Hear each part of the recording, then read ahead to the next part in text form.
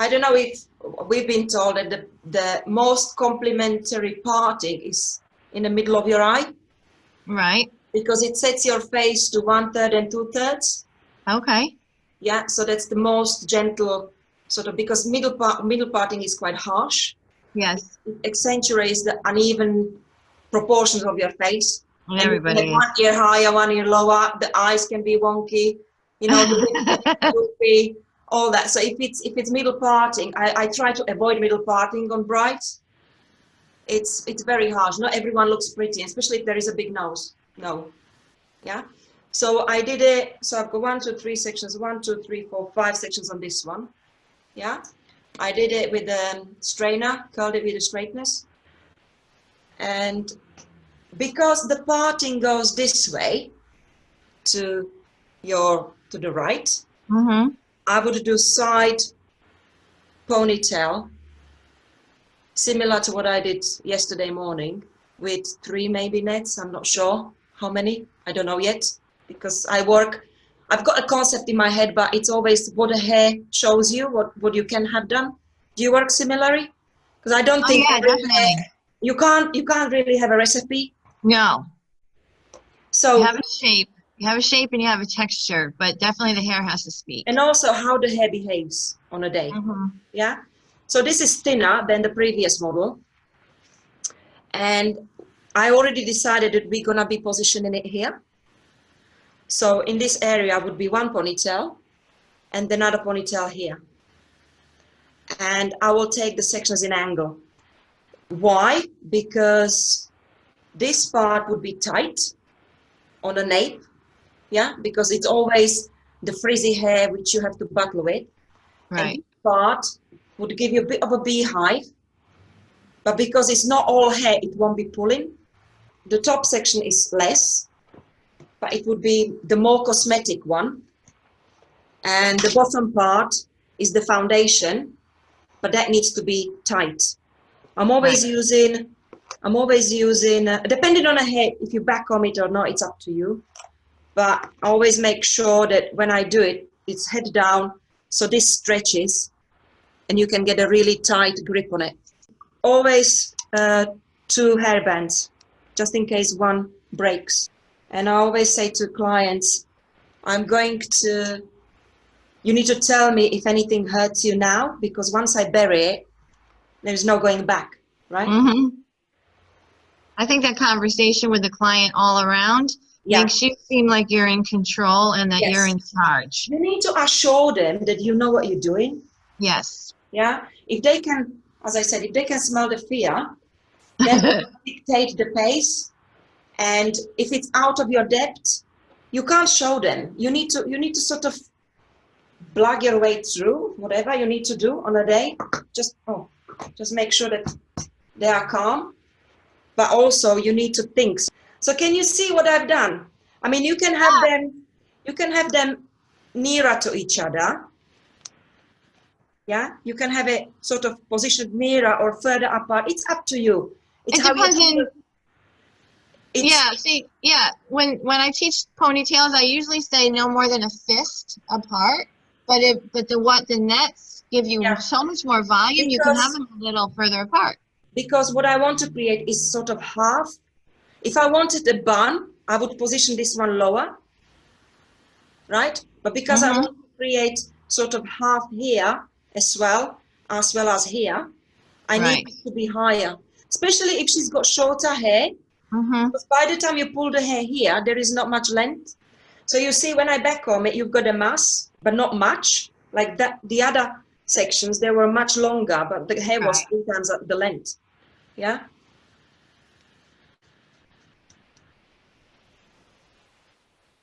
Any questions? I'll unmute Candice. No questions yet, just enjoying it. So this is brown on brown, you can't see it.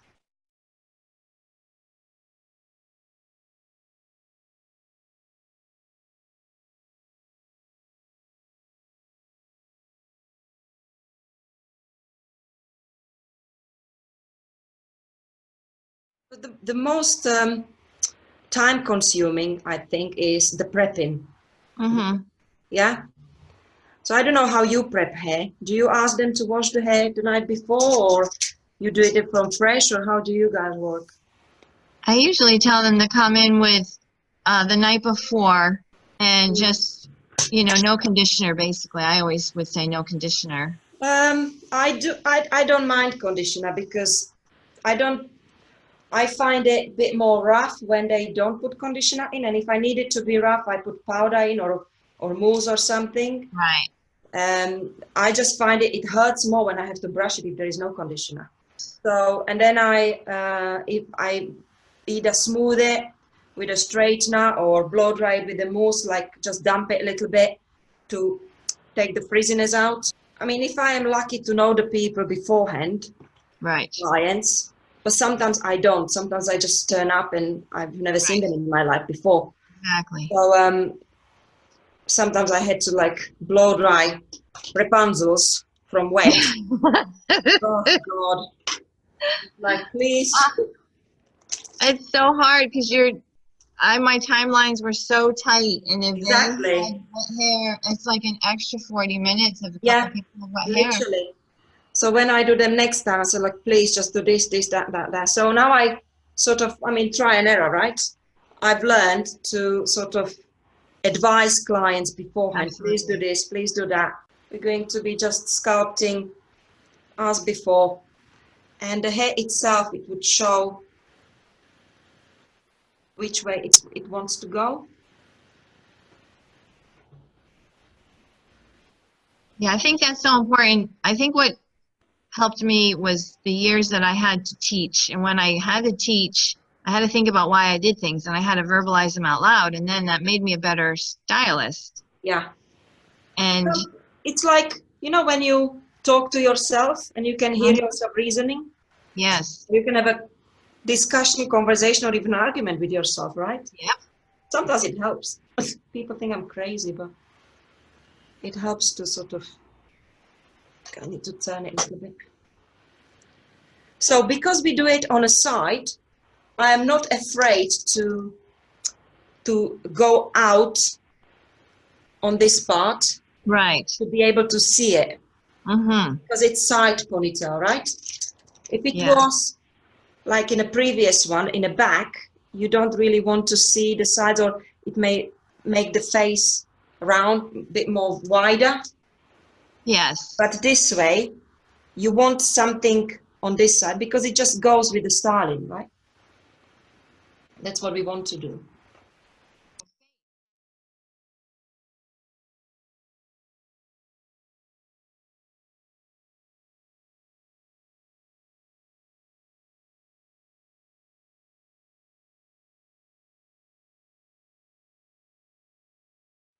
Where are you originally from? Slovakia. Oh. So I came 22 years ago, and then I studied hairdressing here. Okay. So it's all Vieri Wickes and Hope Academy, and you know, all those big names, Trevor Solby. I was fortunate enough to have stylists who were, because I was trained in London in Centre. So I was fortunate enough to have stylists who were working with the big names and big companies, and you know, like a square mile. If you change a job, you know, everyone knows about you if you are good, because obviously you get your name down there. So Errol Douglas, and I went to, I was fortunate enough to be helping once with the hair up to Jean-Paul Gaultier. Oh, wow. It was his 25 years of his couture dresses. And we did hair up in V&A, Victoria Albert Museum. So it was amazing. It was gorgeous. So I set it beforehand, this part. And again, on a normal hair, you secure it with a backcomb in, as and when you want it, hairspray it, yeah? And because it's curled, it's given away, and you sort of want to continue with the flow of the hair netting, but this gives you opportunity to hide or accentuate whatever you need. So I always find a bit fascinating how I can enhance this And I use these big pins because I can reposition the flow of the hair easier. That way. Great. You see where there are any gaps or where you need to fill something in. And I'm using these big pins first, and then I will swap them for these. The fringe depends how high or low or whichever way. Stay there. We can do beehive, we can do boho, we can do, you know, a bit more intricate look. Yeah. There's a lot of vintage hair that goes on over in London, I've seen. Yes, yes. Oh, we love our vintage hair. We love vintage hair.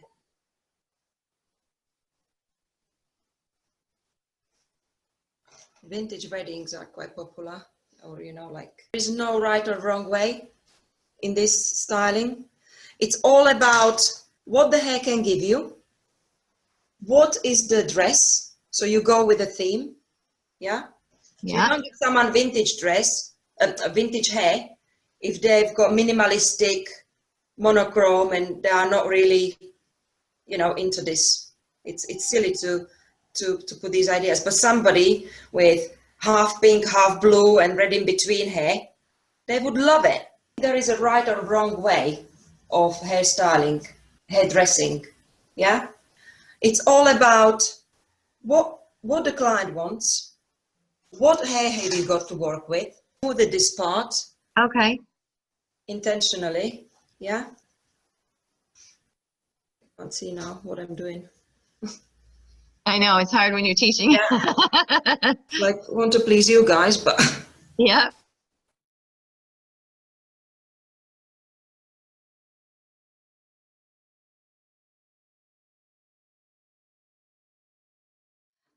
Now, when I look at her from the front, I will probably accentuate these a bit more, push them a bit more forward. Yeah. Yeah. So you can have a flow of going there, and then push on this side. We'll push it back a little bit here, so it's more of a half-half. Very elegant. You get the idea, right? So pretty. These bits, pearls or anything, you know, where they are just so pretty. They just set it off really nicely, and it helps you to hold the style as well. So you can just jazz it up as and when. Now, Nice. I use, I don't know if you can get this in US. This is my cement. Yes, absolutely. Yeah, we have bedhead here. And this is my godsend. I use it on every bride. Now I would hairspray it all, and then once it's dry, I would take these little pins out, right? So when you've got your sections positioned, you cement it, then you take them out, they hold in a place, and I replace them with the thin hairpins. Nice. Yep. These ones are great because they don't hold it hard, so you can reposition it as you need to. Because if you use curvy grips, these ones, it's hard to pull them in or out. Right. Yeah. They get lost in there. I'm using these ones only on the top of the head because the style is already done, and I'm just sort of putting it like a blanket on the top. So it doesn't have any weight on it. It just sits on the top. So it doesn't matter, you know, it doesn't need to be secured too much initially with the curvy grips. These were fine. And once you cement it with a spray, right, and you let it dry, it's not going to move. But then again, I still secure it with the thin ones. Yeah? Very nice. Okay, well, that's it. Beautiful. It's all just practice now. Yes. Play, And play, play. Don't be afraid. Yeah. I mean, if you don't like the front, you can just do a bit more of the classic way, you know. Where is it? See, my thing is, I don't really like to use hairspray on our mannequins much because No, I don't either. they never behave. You know, you can, how is it? Oh, yeah. Yeah. So once you Nice. have it set, Yeah. yeah, Very nice. you can do that way, and you can just incorporate it with the rest of the hair. I will put a bit of more height here. And Yeah, it's endless. I mean, it's up to the client what they want, Right. or you can put it back, smooth it that way. That's amazing. You did 2 hairstyles and taught us in 45 minutes. And yeah, it was really good. It's very light and safe hairstyling and quick. If you know what you're doing, I mean, there is no right or wrong way, guys. There is nothing to be afraid of. The main thing you need to be aware of is where is the parting, how high she wants it, if she wants height or not. You're doing it in the middle or on the side. And then you just work with the hair. You don't know how many nets you're going to have because you will need to see how much hair she's got. If she's got long and thick, you can play more. But I've done it with 2 nets. Have a look at my Instagram, Vieri Hair.